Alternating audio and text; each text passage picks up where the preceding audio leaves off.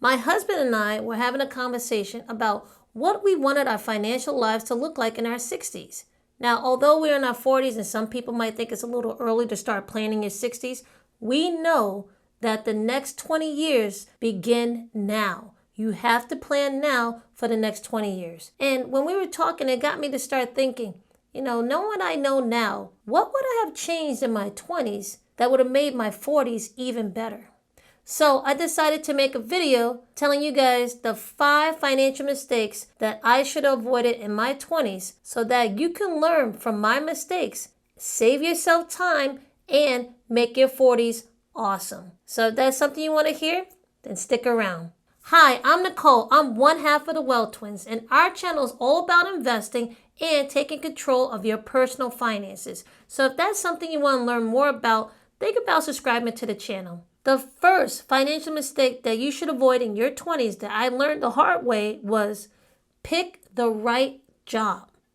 Now, the first job I picked right out of college was a job that gave me a good paycheck. Now, I thought that's what I needed at the time because after college, I had to start supporting myself. However, looking back on it, I should not have chosen a company that gave me a big paycheck. I should have went for a company that gave me big opportunities. Because in my 20s or in anybody's 20s, you really don't need that much money. You're used to living off of a little bit of money because you're probably a student or you just don't have a lot of responsibilities. So the better thing to do is look for the job that's going to give you more opportunity. Because with opportunity, you can grow and you can learn the skills that you need that will help you make more money in the future.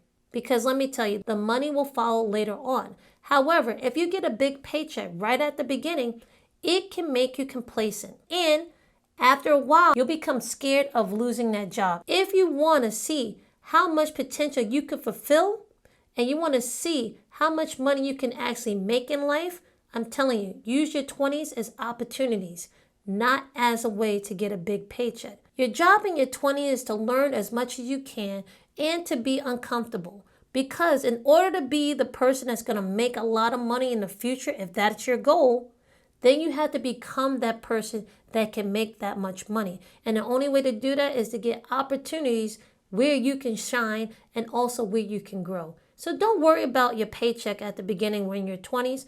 Look for opportunities. Related to me not picking the right job out of school, I actually let my age affect my performance. You see, I thought because I was so young and so many people are older than me working with me, I thought there was no way I could be promoted. So I didn't even bother. That led me to start slacking off at work. Even though I was doing my job, I wasn't doing it to the best of my ability.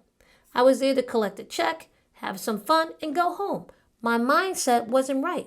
I had no thoughts of trying to get promoted because I thought it just could not happen.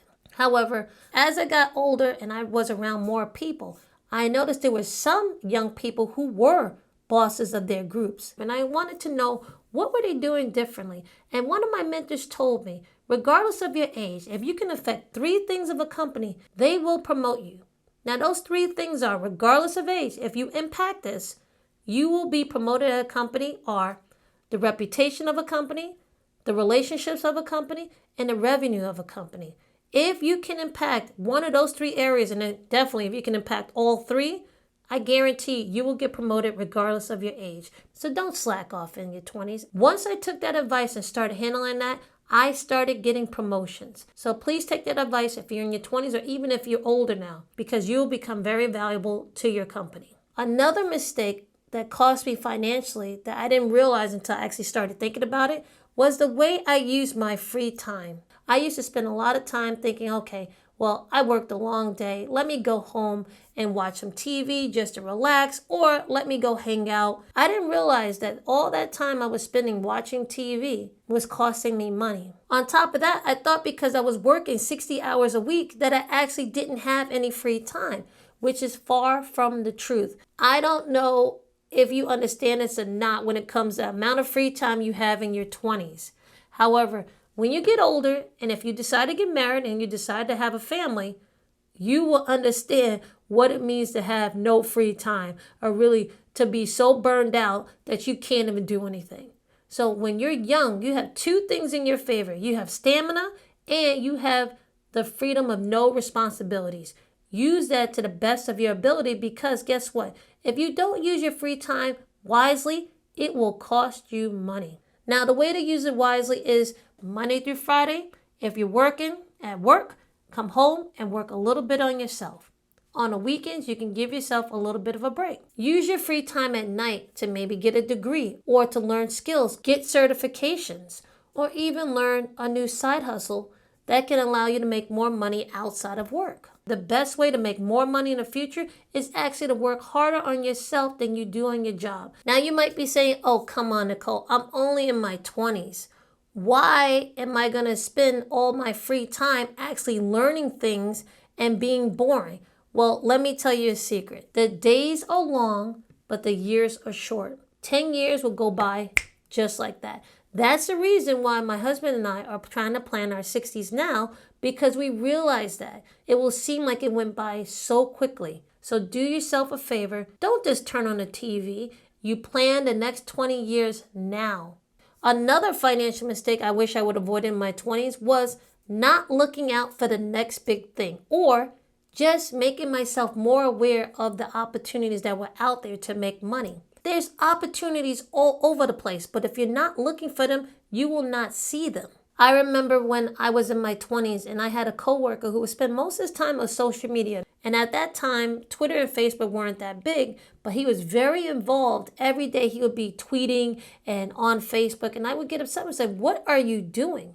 And he would say, "I'm on Twitter right now. I'm on social media." I couldn't believe that he was willing to risk his job by doing that at work. Little did I know, later on, that same person ended up becoming CFO of a company in Europe because he was active on social media at the time. And that's when I realized the power of social media. Now, I will not dismiss anything that I don't understand just because I didn't take the time to learn it, or just because I think that I'm in a great position. You can always learn about another opportunity, and I'm not asking you to invest any money, because some things you're going to learn could be scams, but you can always invest your time to research and learn more. And when you're comfortable and you believe that is a good opportunity, then jump on it. Do not wait and do not dismiss. The next financial mistake that you should avoid in your 20s is something that a lot of people know, but I don't believe many people actually implement. And that is controlling your credit card debt and paying your credit card bills off fully every month. Now, I thought I was being financially responsible because all I had was one credit card, and I would put all my purchases, large purchases, on that one credit card. I thought I was doing a good job because I didn't have multiple credit cards. I was even paying more than the minimum on most months. So I thought I was being responsible with my credit card usage. However, I didn't understand the fees and interest rates that were being charged on that credit card. When it comes to credit cards, you have to understand this. Whenever you are keeping an amount on your credit card that you have to pay on a monthly basis, that interest rate is actually compounding against you. As long as you have money on that card, the credit card is making money off of you. The best thing you can do financially is to get rid of your credit card debt every month. Don't put more on your credit card that you can pay off on a monthly basis. Do not carry a credit card balance because of the effect of compounding. Compounding can work with you or it can work against you. Now, if you don't know what compounding is when the money you make makes money for you. They are making money off of your money, and it's in their best interest to keep you on an installment so that you can continue to pay them money. At the end of the day, the longer you have that payment, the more in interest you would pay for the money that you actually borrowed.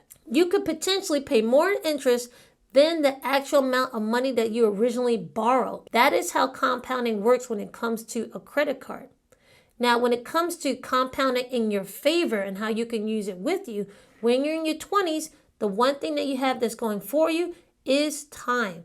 The longer you use the money that you're not using on credit cards and you invest, the longer you have for your money to compound in the stock market. Now, if you want to learn more about compounding and how it can work for you, especially if you're in your 20s and you don't want to make the financial mistake of not using compounding for yourself and not having the credit card use compounding against you, watch this video right here where we go over compounding and how it affects your investments. I'm telling you, if you have time on your side, Compounding can grow your money exponentially. So check it out.